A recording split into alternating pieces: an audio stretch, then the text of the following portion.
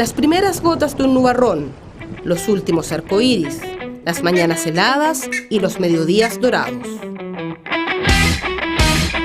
A la mitad del día, Los Canelos. Todos los viernes, al mediodía, por Radio Universidad Austral de Chile. Los Canelos, en la mitad del Guadalafquén.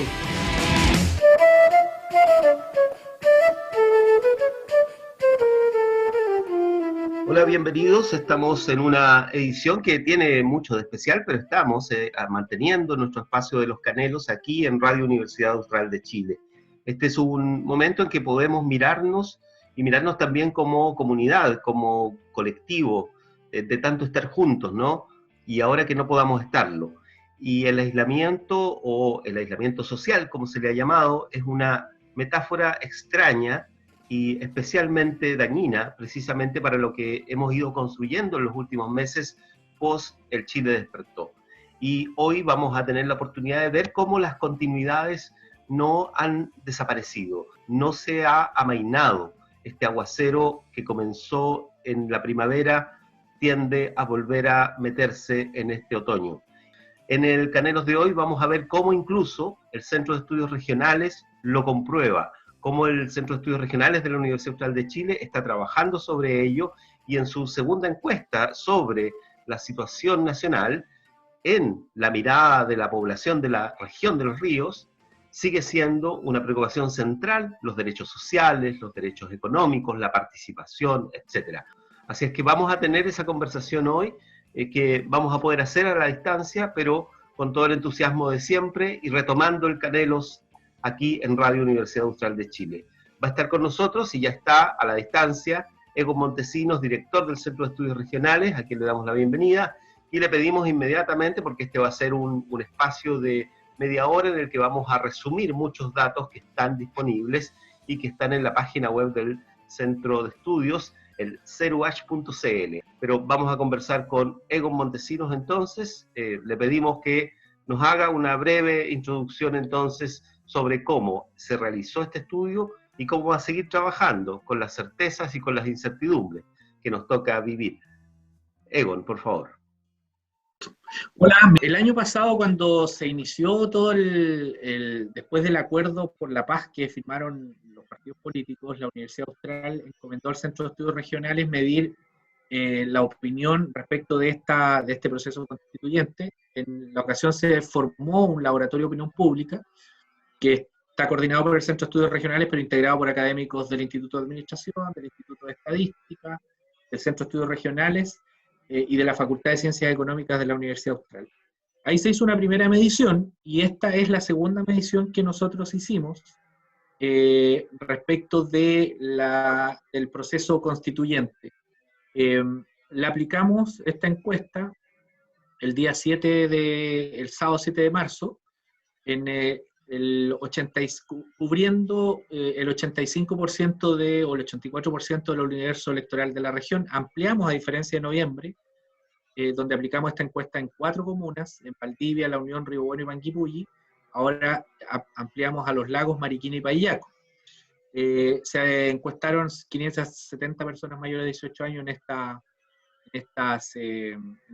comunas. El contexto en general de las encuestas no es tan relevante, pero aquí resulta ser muy relevante, Víctor, porque lo aplicamos antes de que suceda todo este contexto a raíz del coronavirus, que ha implicado prácticamente que ya el plebiscito se postergue más allá del 26 de abril. Entonces, esto también es relevante, dado que esta fotografía es una fotografía del momento, del 6 de marzo, y ya no sería una fotografía, o esta fotografía estaría muy alterada si nosotros le hiciéramos esta semana la encuesta, por ejemplo. Entonces, hay que tener eso en consideración, que esto es una encuesta aplicada el 6 de marzo, donde nada de lo que hoy día está pasando había ocurrido. Estamos con Egon Montesinos. Egon es director del Centro de Estudios Regionales de la Universidad Austral de Chile, además académico del Instituto de Administración en la universidad, en la Facultad de Ciencias Económicas y Administrativas, y queríamos conocer más en detalle el trabajo que han realizado sobre la segunda encuesta ya de opinión pública a propósito de la coyuntura y la contingencia nacional. en la región de Los Ríos. Egon Montesinos, háblanos un poco sobre los principales resultados de este trabajo. Sí, mira, los principales resultados se pueden agrupar a lo menos en tres dimensiones. La primera, lo que quisimos medir es que si las personas de la región todavía estaban de acuerdo con las movilizaciones. Y en ese sentido, una amplia mayoría, un 60%, todavía está de acuerdo con estas movilizaciones en la región. Esto también está muy relacionado con encuestas nacionales, que nos distan mucho de la diferencia que, por ejemplo, CADEM el 6 de marzo arrojó que había un 62% de personas que estaban de acuerdo con las movilizaciones. El rango de edad que más adhesión tiene respecto a las movilizaciones está entre los 18 y 29 años. Ahí sube a casi un 84% estar de acuerdo con las movilizaciones, y baja en la medida que va aumentando la edad. En el rango etario de 60 años y más es mayoritario, no están de acuerdo con las movilizaciones, 46% sobre 44% que manifiesta estar de acuerdo. Respecto al nivel socioeconómico, 63% en el nivel socioeconómico alto, medio, 65%, baja un poco en el nivel socioeconómico bajo. Eso como primera dimensión. Después nos fuimos al nivel de información, o antes del nivel de información sería bueno destacar con qué concepto relaciona la ciudadanía de la región de Los Ríos las movilizaciones. Y ahí sigue predominando el concepto de dignidad, el concepto de malestar y el concepto de justicia, como los tres que se mantienen, al igual que en noviembre del año 2019. Baja un poquito de dignidad, sube un poquito malestar, a diferencia de noviembre. El nivel de información, ahí es un poco similar, no es tan significativo a diferencia de noviembre. El nivel de información nulo bajo era 54% en noviembre, baja a 51% ahora, es decir, hay más información, o hay más manejo de información entre las personas. Aquí está, en definitiva, una fotografía de la región donde, por comuna, como te señalaba Víctor, al comienzo, esto lo medimos en 8 comunas, en 7 comunas, perdón. En las 7 comunas hay diferencias sustantivas, donde más manejo de información o donde más informada está la población probablemente, si lo ponemos en positivo, es en la comuna de Valdivia, en donde casi un 55% de la población maneja mucha información. Donde menos hay manejo de información es en Panguipulli, el otro extremo, donde hay muy poca información, al igual que Mariquina. Son 2 de las comunas en donde hay muy poca información, y lo sigue también La Unión, que hay muy baja información también. Después nos fuimos a las preferencias. ¿Qué piensan los ciudadanos de la región? ¿Están más por el apruebo, están por el rechazo? Y ahí nosotros observamos que, a diferencia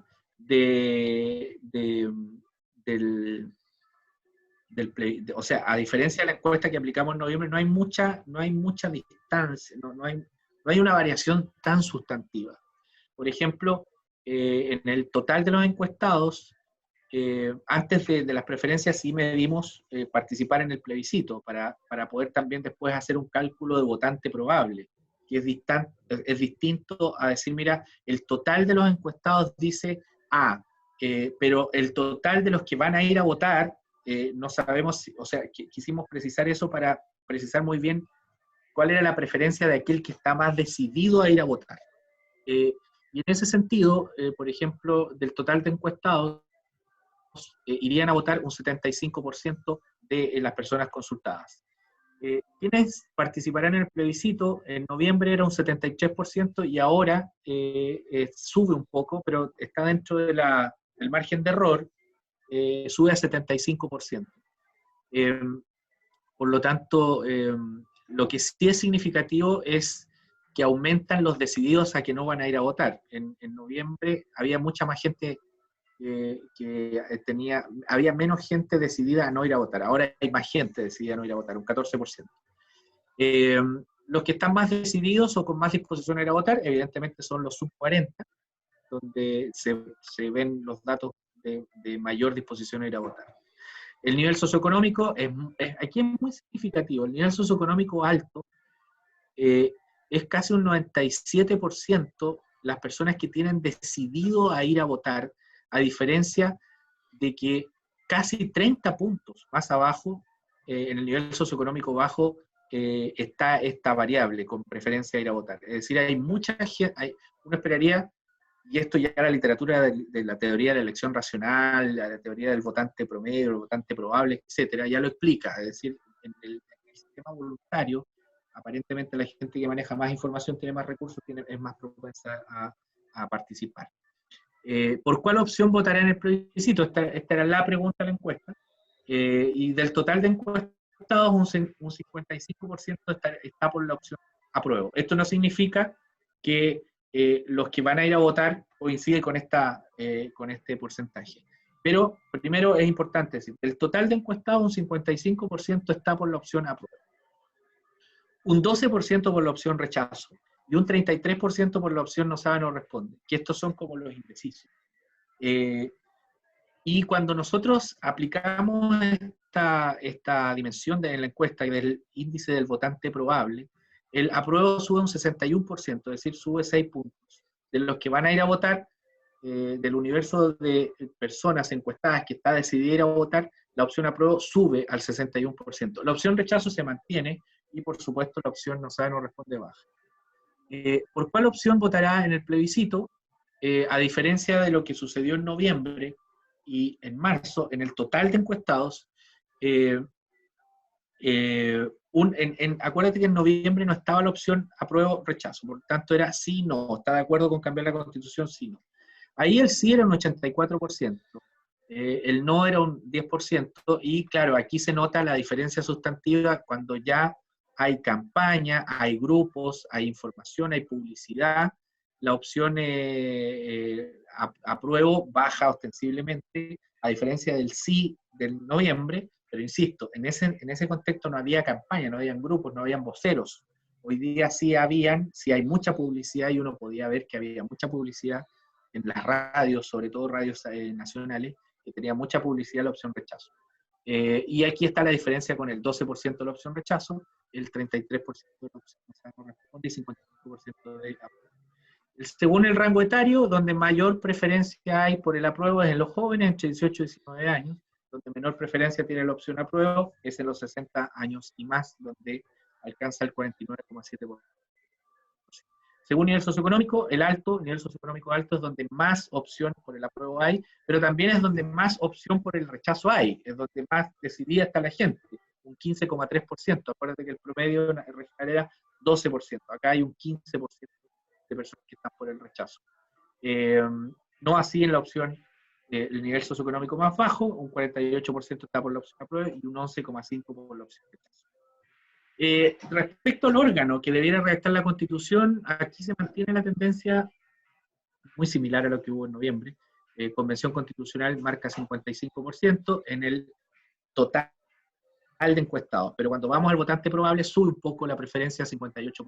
Mixta se queda en 23%, y en el fondo acá tenemos una no sabe, no responde 22%, no sabe, no responde en los que van a ir a votar 17%, y sube también la opción mixta un poco más. Respecto de la encuesta de noviembre, si tú ves en este gráfico, Víctor, se mantiene casi igual, no hay mucha, la preferencia por la Convención Constitucional no es muy distinta. Y vamos al final a la última variable, que es la característica de los que potencialmente pudieran redactar la Constitución. Al igual que la vez anterior, en noviembre, nosotros ofrecimos un set con 8 categorías o 8 características, 8 dimensiones que la gente podía elegir, y elegir 2 preferencias de este conjunto de 8 alternativas que le dimos. Y respecto a cuál es el perfil que la gente preferiría para redactar la Constitución, sigue encabezando que sea una persona experta en leyes, con un 36%, que tenga estudios superiores, con un 33%, que sea de la región, sube, a diferencia de noviembre, aquí sube, que sea de la región, 30%, que sea dirigente social o gremial se mantiene en su cuarto lugar con un 26%, no militar en partido político un 25%, que sea experto en economía 22%. El experto en economía en la encuesta de noviembre estaba como en el tercer o cuarto lugar. Uno pudiera interpretar que ahora como que la gente parece que ha procesado más información y dice, mira, lo que requiero para escribir una constitución no es alguien que sepa economía, parece que requiere que alguien que sepa de leyes. Entonces, por eso es que le da una preferencia más abajo a diferencia de noviembre. Experiencia en cargos públicos y finalmente, muy abajo, igual que en noviembre, aquí no hay diferencia, militar en un partido político. Ahí está el perfil de lo que la gente en la región de Los Ríos preferiría para elegir a constituyentes.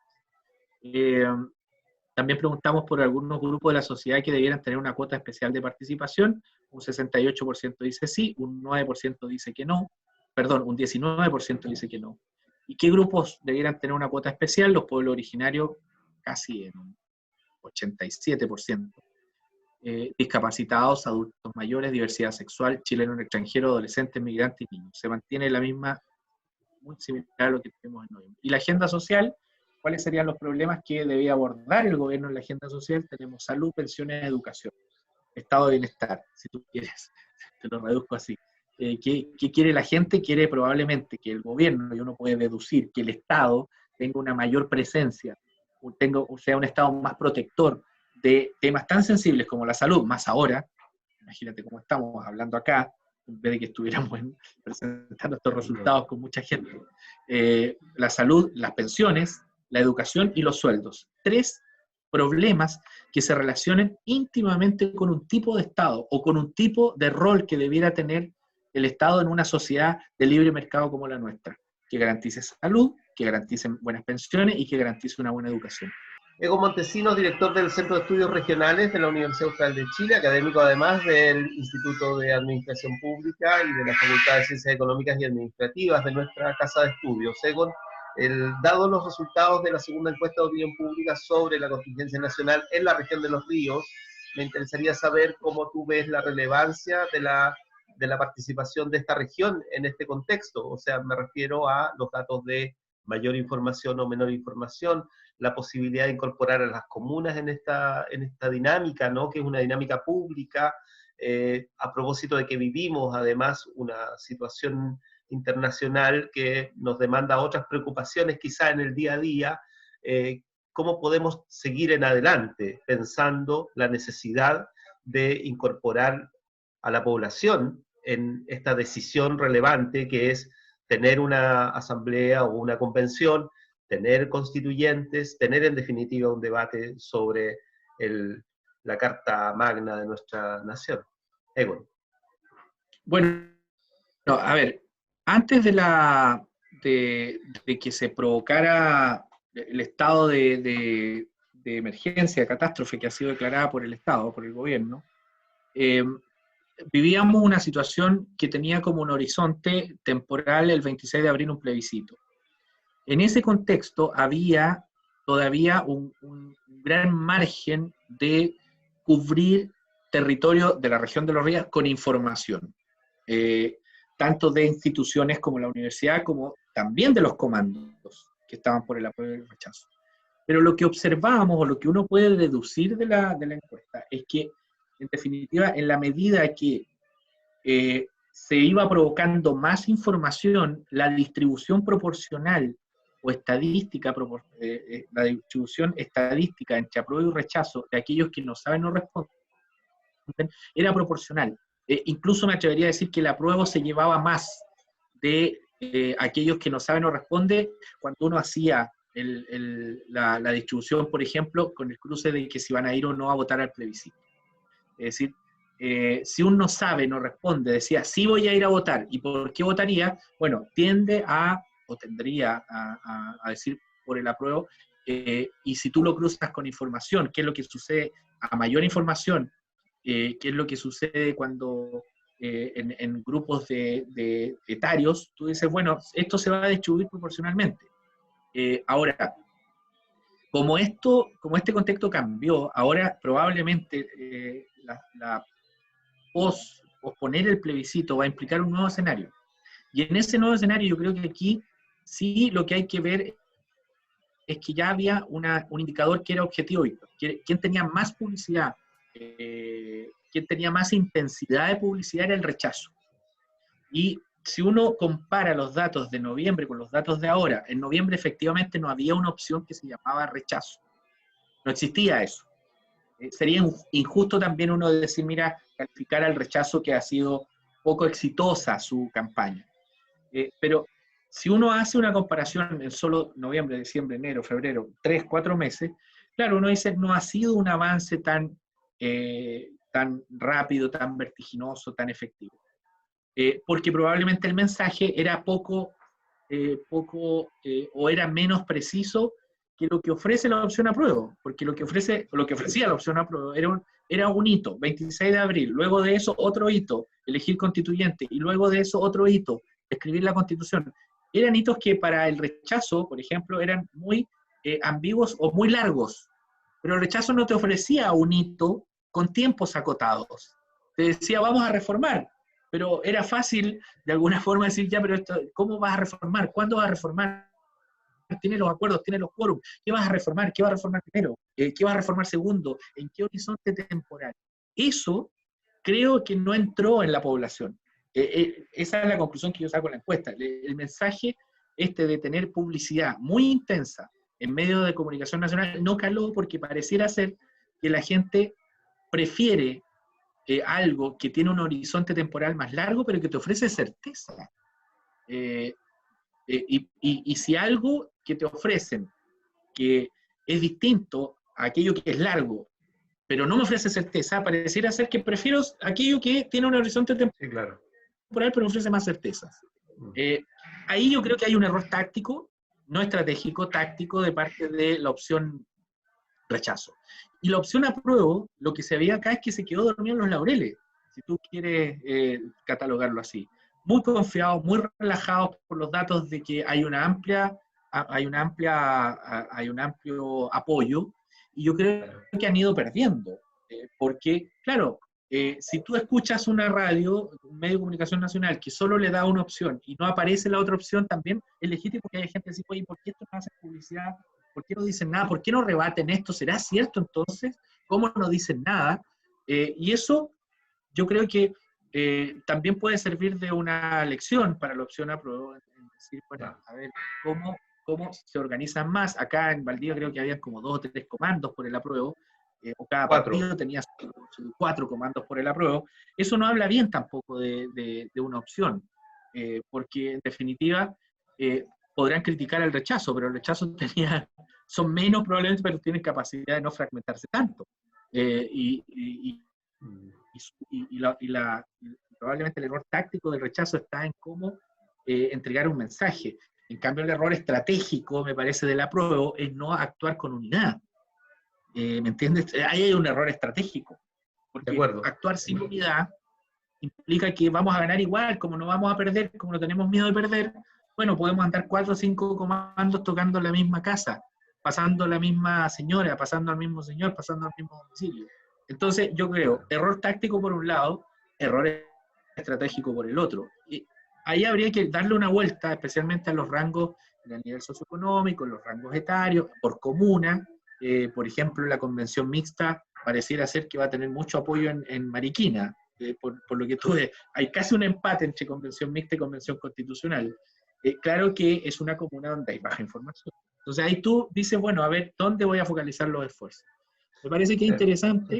El rol de nosotros es aportar con esta encuesta para que los comandos, las personas interesadas lo vean. Ahora cambió el escenario, totalmente.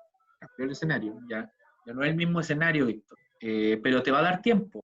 Y eso probablemente para alguien que tenía perdido un partido, te dan un alargue que va a ser bastante bueno para mejorar y poder mejorar tu despliegue de campaña. Hay un gran interés por participar en los asuntos públicos.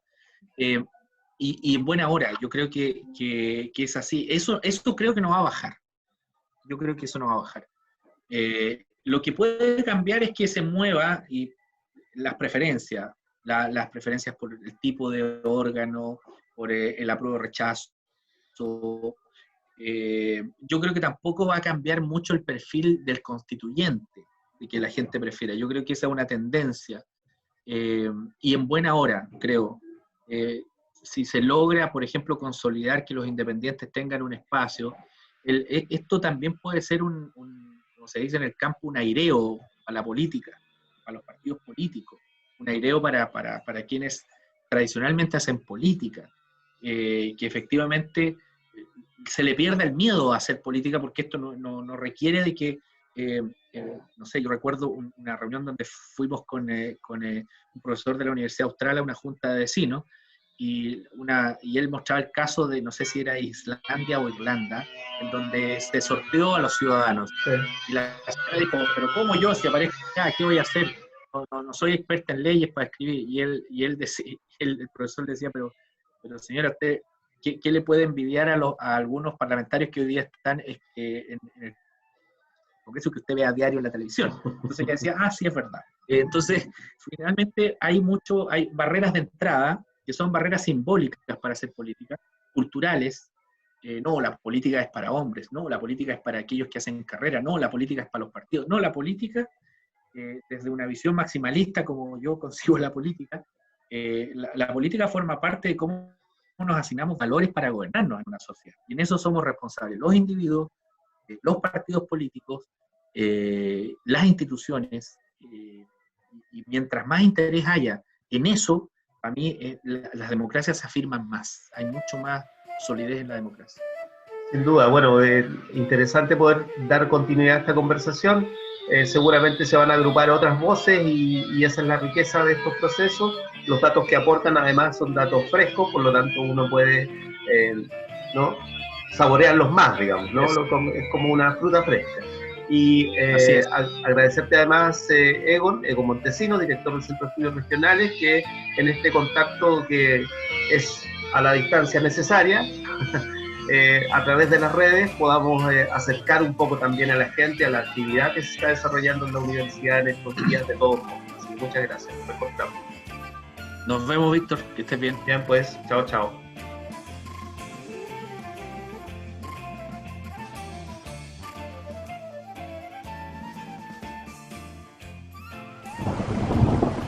Las primeras gotas de un nubarrón, los últimos arcoíris, las mañanas heladas y los mediodías dorados.